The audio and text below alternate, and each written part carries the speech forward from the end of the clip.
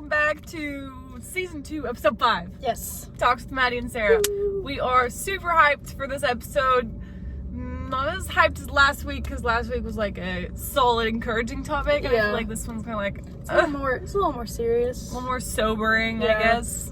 But yeah, let's just get into it. So like we said, this topic's a little bit more sobering than last week. Last week we talked about Avicii and how his music, he was searching for hope and the Lord. So basically music is a platform for everything. Yeah. And so you could have music be worship if you're praising during it. Yeah. You could have music be straight up satanic, like we see in a lot of today's culture, a lot of today's music. Yeah. You can have it kind of be just level and encouraging, but not necessarily praising, which was more like last week's episode, I feel like. Yeah, it could be, like you said, encouraging, positive, like... Encouraging, it's good. It's just good music. Like, there's nothing bad in it. Like, it's neutral. Yeah, it's just good music. Yeah. What we're going to talk about today is the satanic side of music, and specifically an artist that unfortunately you cannot get away from, and everyone's hearing her name now. Dear God. Her name is Taylor Swift, and we're not doing this video to plug her or give her credit. We're doing it to raise awareness, because this is disgusting. It's bad. Yeah. Okay, so one of her songs on her new album, whatever, Guilty as Sin. Yeah, already it's kind of... Okay, Will. Okay, go ahead and read that for us. Alright, so it says, "What if I roll the stone away? They're gonna crucify me anyway. What if the way you hold me is actually what's holy? If long-suffering property is what they want from me, they don't know how you haunted me so stunningly. I chose you and me religiously." Blasphemy much, maybe? Yeah. Okay, we're honestly gonna keep reading these and we'll touch base. Yeah. We'll catch up with them on the rest of them. Okay, what's the next one? This one is "The smallest man who ever lived." It says, "I would have died for your sins. Instead, I just died inside." Okay, mocking the crucifixion. Thank you. Okay. Another song, "But Daddy, I love him. I just learned these people only raise you to cage you. Sarah's and Hannah's in their Sunday best, clutching their pearls, sighing, what a mess. I just learned these people try and save you because they hate you." First off, I feel very honored to have been included in that song.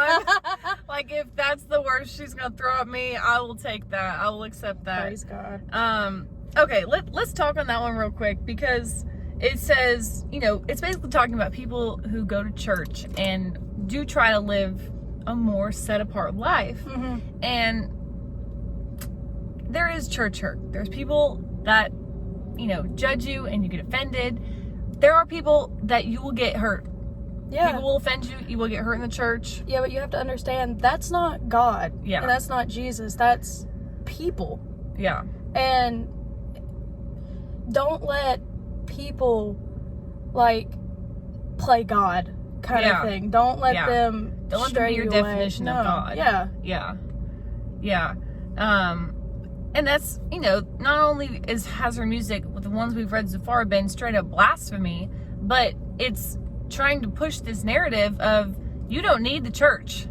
So because the church hurt you, Sarah's and Hannah's and their Sunday best, because, they were judgmental to you, you don't need to go to church, and you don't need to follow the Lord, because that's all that Christians are. Yeah. Just people who want to judge you. Yeah. Subtly or not, that's what she's trying to push here. Along with, even just her tours is like... Yeah, there's a lot of... She's not even trying to hide it. It's not subtle. It's very out in the open, blatant, just Satan. No, seriously, I don't know if anybody's seen... We've seen them with, Nicki Minaj, Cardi B. You see that. It's pretty obvious, this is straight up satanic ritual. Well, it's the same with Taylor Swift. I don't care if she wears rhinestones and glitter, curls her hair. It's the exact same. They're sitting there having a satanic ritual in a circle. With crystal balls and hoods over their head. Can you get any more obvious here? For real, exactly. And the issue is, this is what is considered really hot and really cool right now is not only, like you were saying, you saw little 8-year-old girls going crazy for going this. to this concert, because I mean, the devil's gonna disguise it in any way, like, because Taylor Swift, glitter. What little girl doesn't like glitter, sparkles? I mean, I like glitter. I like glitter too. I mean, look. Yeah, for real. I like glitter, rhinestones, getting to dress up fun and all that. But then they go to these concerts and they're getting blatantly shown. Or they're all standing there blaspheming the name of the Lord. Yeah. Yeah, so it's not subtle. And this is exactly what, like we said, the younger generation, our generation, millennials, you got their moms and dads taking the girls to these concerts. So all ages are participating in this. Yeah. And it's satanic worship. I don't care how you want to say it. That's what it is. Yeah, and even on this new album, all of these songs, most all of them are very explicit and should not be sung by an 8-year-old girl. Or anyone for that matter. But it... Yeah. So, along with that, these are not good. Let's bring scripture into it now. What she's doing, like we said, coming for the younger generation by disguising this in glitter and sparkles. Sunshine and rainbows. Yeah, literally. Matthew 18:6 says, "Do not touch one of my little children. It would be better for you if a millstone were tied around your neck." That is exactly what's happening here. Yeah. So if you're going out and purchasing her merch, purchasing her tickets, purchasing her albums, listening to her albums, you are funding her. You are funding Satan. Absolutely. I'm not going to sugarcoat that. That's exactly what it is. Yeah, that's absolutely right. And if you're funding her agenda, you are affecting our children. Yeah, she even said, she supports abortion and all that. It's not. It's just don't do She's it. not hiding it. No. And I mean, along with this, so Ephesians 5:11, it says, "Take no part in unfruitful works, but expose them." So that's what we're gonna try to say on this episode is, now listen, we're not, like Maddie, she was trying to bring up, not all secular or non-worship music is bad. No, absolutely not. We're not saying that. No. And we went over that in the last episode, how it can be a neutral, encouraging someone, Giving you hope, positive, like stuff like that. But there's also music that is just straight up satanic, blatantly not good, and you should not listen to it. Yeah. So take no part in it, but expose it. Be out there saying, post it on social media. If you go to a school and you are an 8-year-old girl, tell your friends. Do you realize what they are singing about? I mean, oh my word. Continuing, Isaiah 5:20, it says, "Woe to those who call evil good and good evil." And that's what's happening there, is Taylor Swift is trying to paint this narrative of, look, it's good, we're all having fun, me and Travis Kelce, we're fine. No. Do not call what she is doing good. Far from it. No, it is not. All right, believers, here's where you can come in. The fear of the Lord is to hate evil. So, if you're trying to pursue the Lord, fear of the Lord is the beginning of wisdom. Seek his face.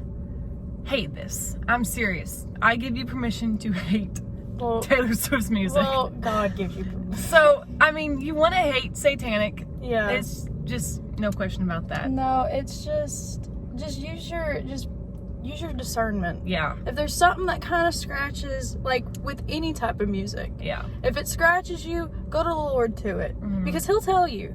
And if it's just you being kind of, he'll tell you. If it's actually blatantly satanic, he'll tell you. And I've had to do it with some of music that I used to listen to. Like some songs, it would be like, that's kind of not really not that great. Yeah. But there's also, like she said, not all secular music is bad. You're gonna have, like you said, Avicii and stuff like that. They bring hope. They bring positivity. It's just a neutral platform. But you also have stuff like this that's just blatantly out there. Yeah. And, the enemy is not This isn't his first rodeo, and so he will attack what you're going to look at. You know, it's because the Lord works this way. You know, in movies that are prophetic, like Star Wars movies, like, you know, Prophet Robin's talked about the Star Wars movies, The Mandalorian, certain movies that, like, the viewership is just crazy. There are extreme parallels. There's a reason why it's so big. Yeah. In either sense. Exactly. It's like, it could be, there's a reason why it's so big. It's prophetic. There's something about it. But there's also a reason why it's so big because it's blatantly satanic. So, like Maddie said, I think that was a good word, is use your discernment and just be aware and conscious of what you're listening to, what your eyes are on, what your kids' eyes are on. Because sunshine sparkles can be really evil. Unfortunately. Yeah. Well, we've about wrapped up, I think, what we were going to touch on here. Yeah. So we will see you guys in 2 weeks and have a great start to this spring weather. We're warming up here. All right. We love you guys. Bye.